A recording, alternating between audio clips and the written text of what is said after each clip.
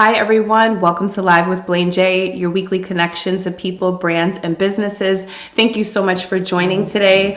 Before I bring on our guests, I just want to give a big shout out to I Survived 2020. You can't really see my shirt, but it is a clothing company in California that was founded by Marcus Johnson. He is the husband of Rhea Roberts Johnson, who was a guest on my show about 2 weeks ago. She's the founder of Bia's Soap Company. So I just want to say thanks to Marcus and thank you to Rhea. Check them out. I Survived 2020, which is spelled out for apparel, and they also have a podcast. But you can get your Kamala Harris shirt and hoodie and a bunch of other things at their their website.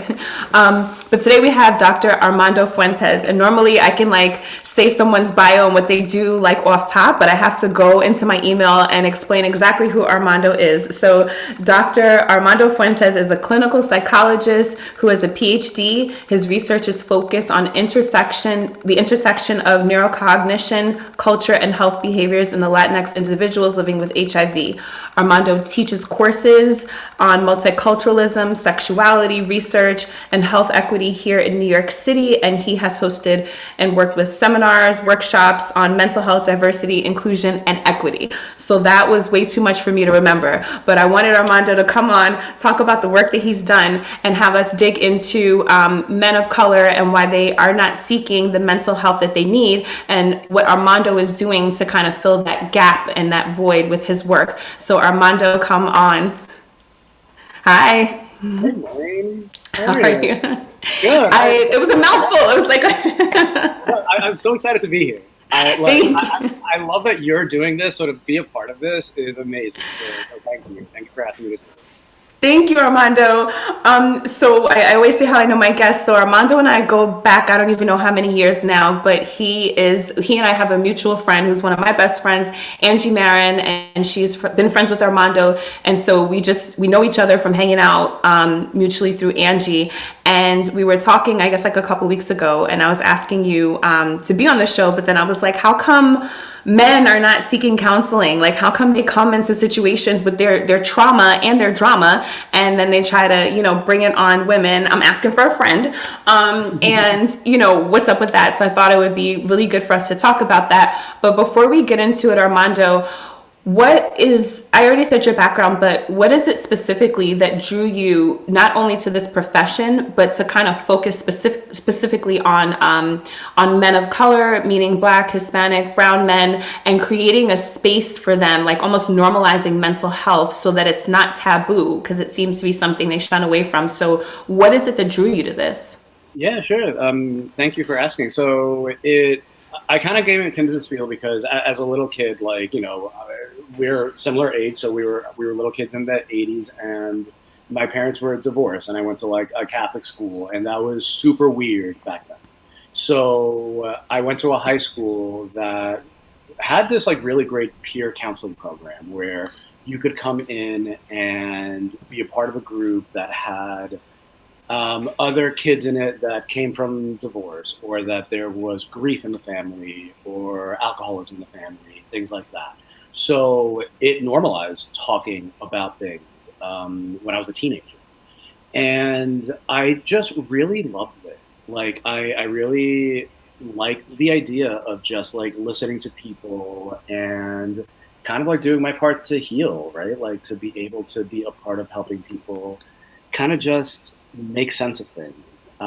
So from the jump, when I started college, I knew I wanted to be a psychologist. And along the way, kind of doing the things you got to do to be a good candidate to get into programs, I started working at a research job where I was one of the staff therapists, and we wouldn't let people in that didn't speak Spanish because they needed to speak English to be a part of the study. And then I just started recognizing we need more Spanish speaking therapists. So that kind of became how my work started to focus more on the Latinx community and communities of color, recognizing, hey, there's this need here, and I want to be a part of doing this work because it's so fulfilling. So then fast forward, I'm in my PhD program, and I get asked to teach a class on masculinity. And, it wasn't necessarily an area that I had specialized in or anything like that. So I was like, all right, cool. Let me see what I can learn while I'm teaching it. I learned so much. And just learning about masculinity, and then within the context of like, oh, right, being a black man is radically different than being a white man. Being a Latino man is radically different than being an Asian man, and kind of like recognizing all of that. But then seeing a key thing is that for men of color, in communities of color, we don't talk about emotions very much. Men do not talk about emotions. Combine the two, and you've got a situation where there's just so much stuff that men of color are holding on to, are not sharing, are experiencing in life, experiencing all of the trauma that we're experiencing, and not doing anything about it, and not like talking to anyone about it. So kind of from there, I just decided that whenever I got to this point where I got my degree, that I would do my best to just try to normalize mental health. I more really was looking at communities of color than specifically men of color, right? Because if I advertise, hey, I'm going to do mental health 101 for communities of color, I'll probably get more people than like the couple of people that may show up if I only do men of color. And to that point, I've done talks like that, and maybe one man showed up, or one person that identified as a man showed up. So, the way that I'm just trying to create the spaces is by having these talks, by doing things like this. And then within my therapy, really kind of highlighting, hey, you're a person of color, you're a child of immigrants. It's different. And it hits different for us. Like mental health hits so different for us.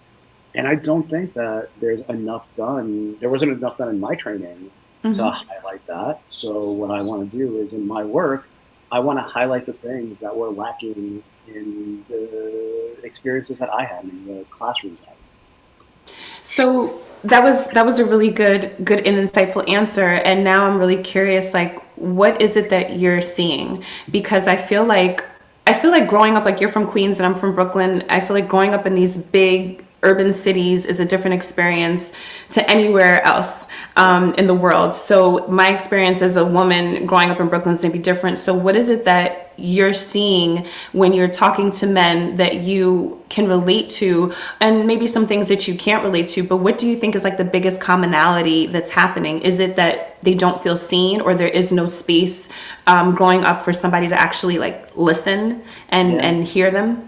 So it's a few things. It's a great question. So, one of the things that it's funny because this week, I have maybe 50% of my clientele are men, and almost to all of them this week, we talked about emotional language.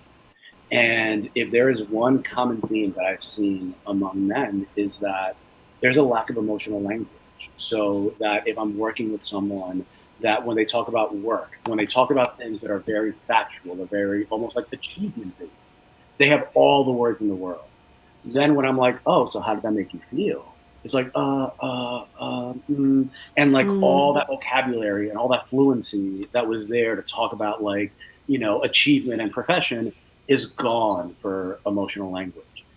So now add on to that, a lot of the people I work with are coming from working class backgrounds, right? Like, and that's something that's really important to me. I came from a working class background.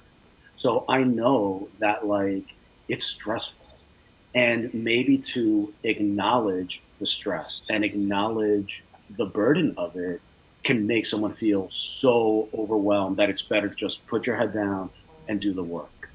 So combine it's men who just are not taught to be emotional from when they're kids, then throw in there the working class aspect where you don't talk about emotions in working class backgrounds, then throw in there the men of color that I see, then it is just a recipe for, we don't, like, I don't have emotional language, I don't know what I'm talking about. So I have a quick question. So when you say working class backgrounds, are you saying that the parents don't have the time or really like the capacity to dive into their kids' emotions? Because when you say working class, is it like, listen, I'm putting food on the table, roof over your head, you're alive, so I don't need to know why you're crying, or I don't need to know necessarily how your day is. Is that what you mean by like working class parents? Yeah, exactly. That and that it's folks that are doing the best they can and that sometimes maybe don't get sick days, sometimes like missing a day of work to go, to a teacher's meeting is gonna mean not being able to have food on the table.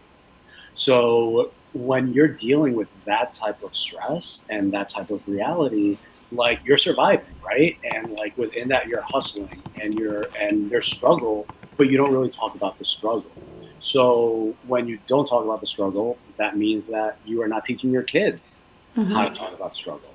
And then especially when it is boys, that what are boys told? Oh, be tough. Boys don't cry. Kind of all that stuff. So you've got folks that are like just working their butts off for their family, working their butts off for themselves. That the time to be able to sit down and be like, hey, let's talk about emotion. Maybe that's something they never had either. So it just becomes this whole almost perfect storm of like people that do not develop that language, and not even that, like don't even ask for help. Like how, like the joke about men, right, is that you don't ask for direction.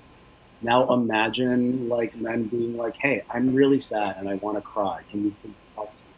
That doesn't tend to be how men interact, especially with each other. I wish a man would be like, I'm feeling hurt and I want to cry. I'd be like, oh my gosh, let's cry, like come cry, because that's not something that men do. And you're right, like it's not something that they're conditioned to do. And to tell you the truth, like I cry, but I'm not a big crier. Like it takes a lot sometimes for me to even show that kind of emotion. So I can only imagine for a man, it's even harder. So we kind of like then go into masculinity and mental health, because what it sounds like is stuff happens in your childhood. We're really like the product of our environment from our childhood, whether it's good or bad. And then you now have these men that, these boys, and then grow up as men, and they may have these unresolved issues. They may not have the emotional intelligence to deal with things that have happened. And now they're out in the world trying to get jobs, trying to have relationships, trying to just do everyday life. So how does the childhood come into play? Because I feel like I have spoken to men and I'm like, you should go to therapy. And the response has been, well, I'm already grown. So whatever's happened, like it already happened. And that's a bad way to feel, because you can always get help, So what happens as these boys become men who have this conditioning almost to hold things in, and now they're unleashed to the world. I hate to sound like that, but now they're out here.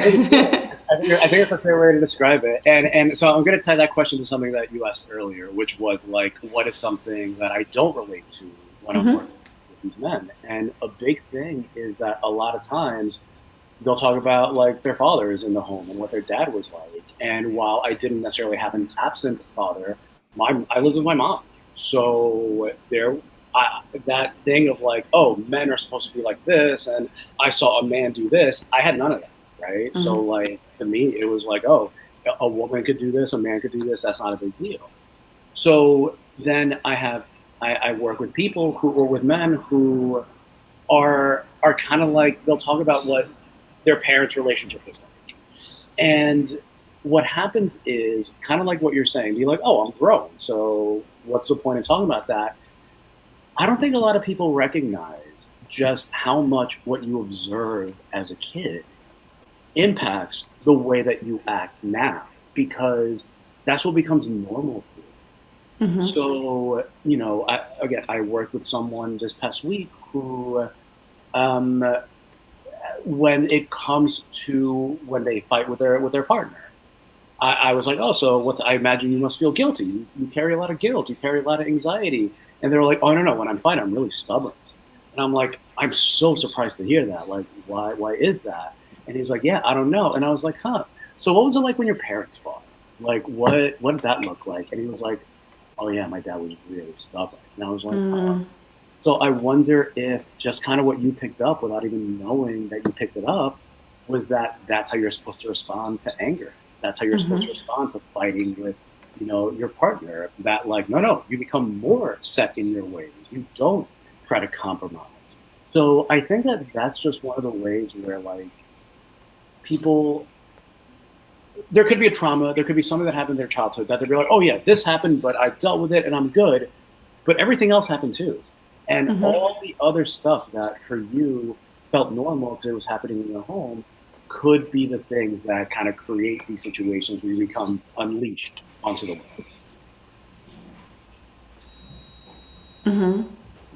It's so interesting because like I think about my childhood and now as a parent and the things that I focus on, right? And so as a woman raising a daughter, I'm always like, okay, my biggest thing is like I don't want to see you on the pole, right? So as a parent, I don't want to see you in the club shaking it up on the stripper pole. And my job is also to make sure you don't become like a serial killer, because then they're always like looking at the parents. What did you do for this person to become crazy? So sometimes as a parent, I wonder like, am I focusing on the right things? Because I'm trying to instill what I think is right for my daughter, but in doing so, I'm instilling what was instilled in me, which may not be everything that she needs. Maybe it's what I needed, but it may not be what she needs. So I think as parents, it's important to like individualize your child and say like we're all just not just one blanketed kind of group. Like this child needs this and this child needs that. So I work really hard. Aside from trying to keep her from being a killer and a stripper, I try to like make sure that she's a kind person.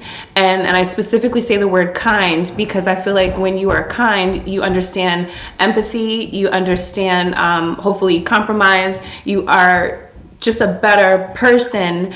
And it's really important for me that she has that. And so I try to like drill those things into her, like, you're crying, let's hug. Are you crying? Let's take some deep breaths. Is something wrong with you? Like I try to ask a lot of questions. I'm like, what's wrong? Who did it? What happened? And so I think as parents, it's important that we talk to our kids at a young age and let them know that like I see you and I hear you and what you say matters. And so what you're doing is kind of like taking people and what's happened to them as children and kind of now that they are adults, and you have created a space for them to come to, which is you and your classes and your workshops. So can you tell me more about what you're personally doing to ensure that mental health is accessible and it's not made as much as a taboo to men, especially in the New York City area? Yeah, for sure. Well, first and foremost, like, what an amazing parent. Like, and I mess up all the time.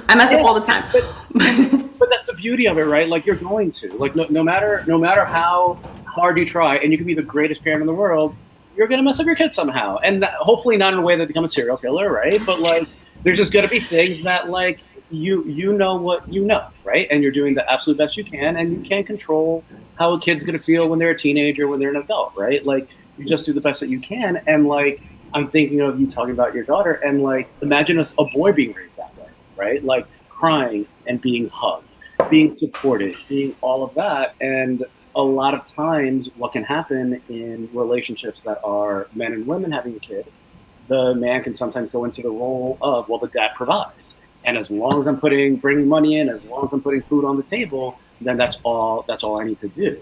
Imagine the difference, especially for a little boy, to see if it's a man or a woman, mom and dad, like sharing the emotional load, sharing the emotional labor of raising a child, so it doesn't just get put on mom, so that the boy doesn't grow up to believe that, oh, well, women handle emotion and men provide. So I just want to throw that out there, kind of given the great stuff that you're doing. So in terms of what I'm doing, like first and foremost, the thing I do is that I offer ridiculously low sliding scale. I hate how inaccessible mental health is just from a cost perspective. And like, I don't want to go into the whole, like, insurance doesn't respect mental health, and that's why so many people are out of pocket. Like, there's a whole thing with that. And I'm not throwing shade at anyone that charges $300 for a session, right? Like, I don't know why that's why you need to charge, but that's why you're charging, and that's great. That leaves so many people on the call. So my thing is, like, I've got my rate. If you can pay my rate, that's great. And if you can't, no price is too low, because it isn't fair that someone that can afford $225 can get therapy, but someone that could only afford $10. Mm-hmm. So my thing is, like, I am going to create as vast a sliding scale as possible so that no one is left out in the cold to get the support that they need. In my teaching, so I always credit teaching to making me a better person and making me a more thoughtful person. And what that's done for me is I now have access to, I have a platform to talking to the future, to talking to these undergrads, these master students that look at what I do and they're like, oh yeah, I want to be where you are. So I come at it from the perspective of like, these are all the problems in this field that make what we do inaccessible to men, to poor people, to communities of color, to all of that. And my hope, and it's kind of exciting because like I become friends with my students afterwards, so I get to see them like on IG and all of that, and to see them go on in their futures and incorporate the stuff that we talked about in class, and then they're more thoughtful about communities of color in their work, about non-binary communities in their work. Like, what a dream, right? So I do that, and I just do workshops whenever possible. Like, if someone is like, hey, we need, we want to be better at our job in this business when it comes to diversity, inclusion, and equity, like I come in and I kind of just have a really real talk. Realness is really important to me. And like, I'm not trying to go into someone's business with like a suit and tie with a bunch of slides and like, this is inclusion, this is diversity. Like, it's just, it's like a real ass conversation about like my experiences. What about your experiences? Let's talk about how that's formed who we are as people. Now let's talk about what that means for working in this place, So those are among some of the things that I do. And do you see like, because when somebody goes through counseling, it's not like a one-time thing and then they're done. They're maybe with you for a couple months, couple weeks, maybe even a year or longer. So do you see the progress that's made? Like, because it's a big deal to ask for help. That's the biggest thing we're saying is like men are not asking for help. And so here they are and they finally get the help, right? And so what is like the change that you see? Do you see this like effectiveness of them getting to know themselves better, kind of feeling like they have a load off their shoulders? What exactly is the transformation that happens? Yeah, that's a great question. And like I tell a lot of people that one of my favorite things about my job is that I get to see, right? Like I get to be the audience to someone's growth. And like the thing is, what I see a lot is that people don't see the growth, right? Like they don't recognize it. So that something that 3 months ago would have like destroyed their day, now they're like, oh yeah, this thing happened. It sucked, but I kind of dealt with it anyway, blah, blah, blah, blah. And I'm like, wait, hold up.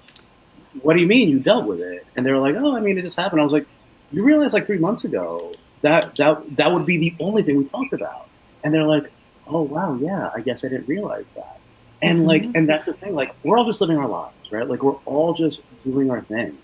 And we don't necessarily take the time to stop and be like, yo, that's pretty amazing that I did this thing. That's awesome. Like, again, I'm going to give you a shout out, right? Because this thing that you're doing, I love it so much. And when I saw the first time you were doing it, I was like, yeah, go BLAYNE. This is awesome. That to now, right? Like, I'm sure it feels kind of like, all right, I'm going to do my thing now. Like, this is normal. But you did it. Like, it's amazing. So I think that that's the beauty of my role. And then especially with men, right? Like, how do men interact with each other? They clown each other. They don't at each other. Like, as growing up, I would always be envious of the way that girls were with each other. Like, so sweet, holding hands. I'm gonna wrap your locker for your birthday, and I'm like, oh, so nice. I give strangers compliments all the time. Like, I see women in the street, and I'm like, you look so nice. That dress is so pretty. Oh my gosh, like all the time. So yeah. So then, so men don't typically do that for each other, right? So then not only do I get to be the audience to see someone's growth that maybe they're not noticing, I get to be someone that identifies as a man, telling someone else that identifies as a man, like, yo, good job. Like, you're killing it. That's great. And what's so nice about it is that the guys that at the start don't know what to do with that, they're like, oh, thank you. That like, it then becomes like, yeah, I'm really proud. That feels really good, So it's seeing, it's not these grand changes, right? Like therapy, like it's not necessarily about this grand change. I tell my patients all the time, like if I could do this for you, I would. But that's not how it works. And I think that the more people think of it like this, the more it becomes about some destination that you're trying to get to. That reality is you may not get to it because life happens. But if you take that stock to like think of the day to day and what is going on that way, I hear the noise in the back. I'm like, can you keep quiet? Okay, go ahead. I'm sorry. Like to be able to encourage people to celebrate the everyday and the little things, like feel so good, and you really get to see a lot of change, especially in men who don't get that from the people in their lives, especially from someone else that identifies as a man. So that's a really good point. I have a question, but I just want to say, we were talking offline. Like I went, I think in 2011 or 2010, maybe that was the first time I went to go see a therapist. And I was telling you before the show that it was like this, like, not trying to sound racist, it's like this little white girl from Texas, right? And I'm just like, she's not going to understand my black girl Brooklyn problems, right? And by the end of our sessions, I think I was with her for like a year, maybe a little bit more than a year. I was like bawling our last session because she was just so great. And it wasn't because I came out and I felt like I was healed or changed or something. It's like I feel like I came in with one issue and I was like, here's my one issue that I need you to fix. But she wound up really showing me it's not really this one issue. It's these multiple things, and maybe how you're dealing with it or how it made you feel that's not working for you. And so you're absolutely right. I came out of it feeling stronger because I felt like I now know how to handle situations better.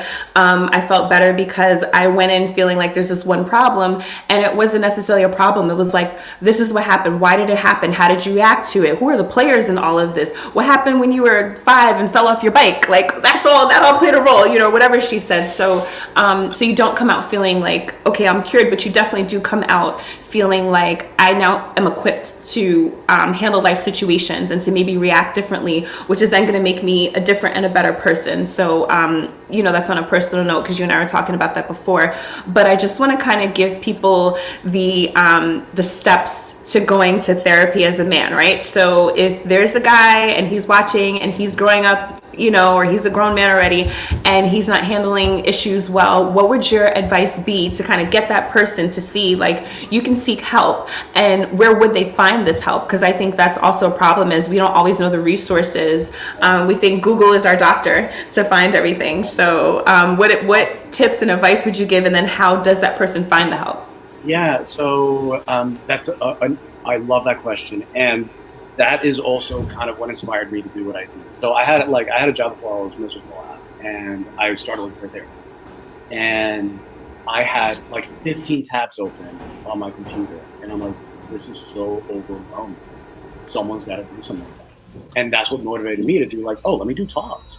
Because if I'm feeling overwhelmed, I can't imagine, like you're saying, someone that's like not in this field trying to figure it out. So I think the first thing that I want to just make clear for people is that you could find the type of therapist that you want. You don't got to be stuck with someone like, oh, okay, I guess this is a therapist.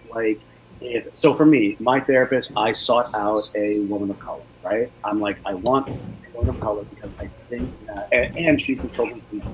So I'm like, I think that we're going to be able to skip over so many things that I would have to talk to someone about if they were white, if they weren't the child of immigrants, right? So first and foremost, if you are a Black man that wants to be able to talk about racial trauma and being harassed by cops and what it's like growing up or living in the society, you can find a therapist that you feel you don't need to explain it to, right? Mm-hmm. That you just say the thing and they'll be like, I got you. I know exactly what you're talking about. So the first line resource tends to be psychologytoday.com. That's where I found my therapist, then linked to her website to read more about it. And within that, you could look for everything. You could look at it by insurance, right? Let's be real. Some people only do it by insurance.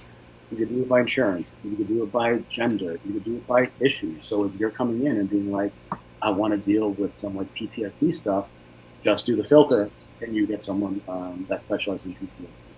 So that's one area.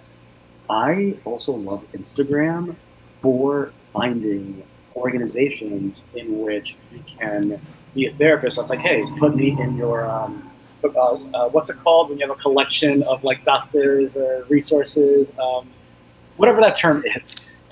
Put me on your list. Mm-hmm. And so I follow something called Latinx Therapy. It's an Instagram account, and what they do is they just collect a whole bunch of Latinx therapists from all over the country. So you could hit them up, you can go to their website and be like, oh, I'm in New York City, I'm in Rhode Island, I'm in New Mexico, I'm in California, and you can find a therapist, that. So like truly, like anything that you could think of that you would want to go to therapy for, you can find something. It may be some work, and you may have to go to Google to find them, but use Google to find a therapist, not to find these things. Right, to find the answer. Exactly. I think that's what a lot of people do. So the first step, I guess, is like, and maybe I'm wrong. You know something, let me tell you personally, like the reason why I went to therapy, I felt so overwhelmed, and I felt like I wasn't able to deal with the issue. I thought I had dealt with the issue, but then a year later, it was like overwhelming me. And so to the point that I felt like my best friends were not even helpful, and my best friends are always helpful. And so I'm like, they're not helpful. My mom, whoever I normally go to help for, is not helping, and I am feeling such an overwhelmness about what I thought was one topic. So I'm saying that to ask, is that like the first sign that you would say people should notice before they decide to seek therapy? Is like, I can't personally deal with this anymore, and I feel overwhelmed. Is that a sign that they need to then go get help?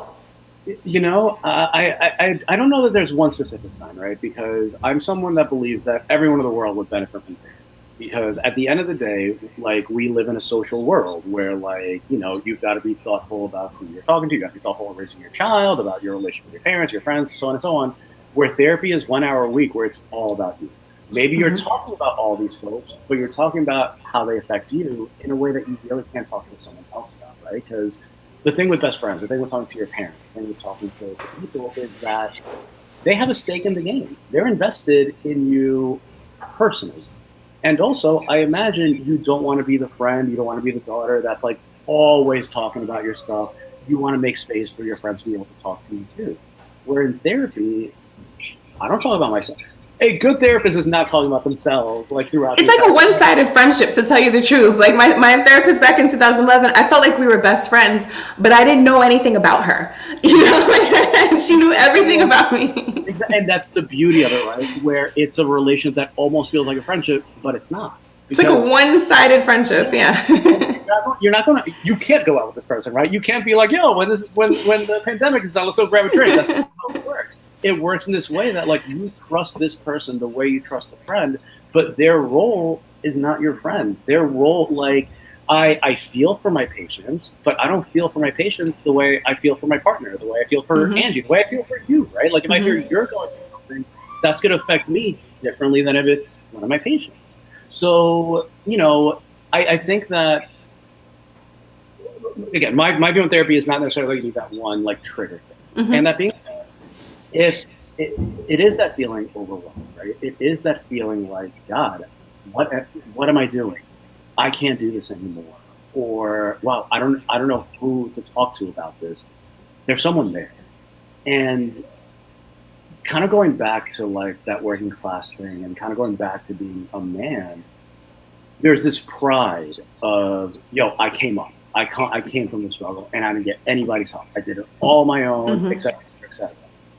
Now, just imagine how much easier it would have been if someone helped you. So now you're in a place where, yeah, maybe you're struggling, but you're getting by. You could do this. Yeah, maybe you're stressed. Maybe you've got some sleepless nights, but you're getting by. So, no big deal. All right, cool. Now imagine if you had someone once a week that you were like, yeah, this thing happened with my girl. Oh, yeah, this thing happened at work. Oh, yeah, this thing happened. And someone's listening to you and telling you, wow, that's really tough. Wow, you're really strong. Wow, you're incredible. Hey, have you ever thought about this? My goodness, like the load that's taken off of you. That maybe now, instead of 3 sleepless nights, it's only 1 sleepless night. instead of feeling overwhelmed, instead of getting home or like closing that laptop and being like, oh, I just don't have time to do anything anymore. Maybe having that person once a week that takes that off of you allows you to be like, hey, you know what? Let me hit someone up and go out. Oh, let me do this hobby that I haven't done in a long time, because all that stuff that you're carrying with you, you don't have to carry anymore. No, you can offload it on your therapist and they will listen and they will ask you questions. And, like I said, I feel like therapy always goes back to like, so when you were 5, remember what happened when you were 5? That's why you're like this now. It's always just like, oh my gosh. And it's also just saying, like, I had a session with a patient today where like, he was like, yeah, blah, blah, blah. And I'm writing this thing and, but it can't be funny and blah, blah, blah, blah. And then I was like, why can't it be funny? And that like mind blown emoji, that is what it looked like when I threw that out there. And like, that's what therapy is, right? It's someone that is here, that knows you, right? So knows you well enough to be like, oh, you're saying this thing, but based on what I know about you, you're probably not even thinking to make it funny. And you probably don't realize how making it funny will make you enjoy doing it rather than make you feel labored about doing it. So yeah, it's great. I love being in therapy. I love being here. So it's awesome. And how can people find you? I know you said that they can go to psychology.com, they can go to Google, but if people are watching this and they're like, no, I want to talk to him and I want to offload all my ish on Armando, how can people find you? So right now I'm only working like through my email. So that is Armando Fuentes, PhD at gmail.com. So that's ARMANDO FUENTES PhD at gmail.com. And that like, and also the other thing I do is if someone needs help finding a therapist, I got you. So I have students, I have patients of mine that will be like, oh, I know someone that's looking for a therapist, but they're looking for a woman, or they're looking for, someone identifies as Black, or they're looking for an Indigenous person, something like that. And because, again, I know how overwhelming that can be, if people want to hit me up and be like, hey, do you mind helping me find a therapist? I got you. Like, I would be thrilled to do something like that.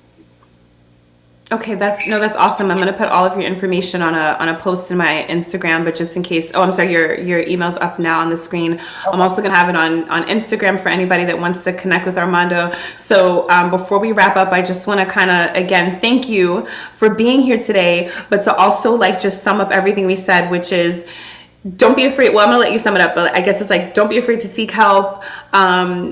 Your feelings are valid. There's help out there. I'm not summing up that great, but if you have a couple tips that you just want to give to anyone watching who may need it. I mean, you don't have to do it alone. Like, that's the big one. You don't have to do it alone. Just because you've been doing it alone for a long time, just because you're used to struggle, doesn't mean that you have to struggle alone. There are hundreds of us that are out there that would love to, again, just help you take that load off a bit, help you find time for a hobby. And I'm not saying it'll be easy to find someone, but again, like, you can always look for specifically what you're looking for, or you can hit me up and I can help. Thank you so much for that, Armando. And before we wrap it up, do you want to give any thank yous or shout outs or recognition to anybody before we close out? Well, shout out to you again for doing it. For this, you created this. So thanks. Shout out to you. Shout out to Angie for introducing us. Shout out to my partner Marissa for being the most incredible person. Shout out to my therapist Rose for like the stuff that I do with her in therapy that I'm then able to like give to my patients is amazing. So those are my shout outs. No, that's awesome. And I want to thank you again. I want to give a big shout out to you for being here and for always being so open and friendly and willing to talk to me. Big thank you to Angie, because Angie is the plug. She's the one that connects us. So big shout out to Angie, who's one of my best friends and a very close friend of Armando's as well, for connecting us and for always lending her friends to me when needed. And I just want to thank everybody who's watching. And May is also, I believe it's Mental Health Awareness Month, which is why I kind of wanted you to come on this month as well. But May is Mental Health Awareness Month. So if anybody needs any extra information, I believe NAMI, NAMI, NAMI.org, I think it's .org, but NAMI.org has a lot of information about Mental Health Awareness Month. Armando is here to help you as well if anybody wants to connect with him. And thank you to everyone who watched. Big shout out to Dawn Kelly of the Nourish Spot, who's one of my past guests who always supports the show. She's on here. I can't see anybody else that's on here, but big shout out to Dawn and to all the past guests that have been on here. Armando, I'm just going to have you hang out for like a couple of seconds for a little quick back talk, and I will see everybody else next week. Thank you so much.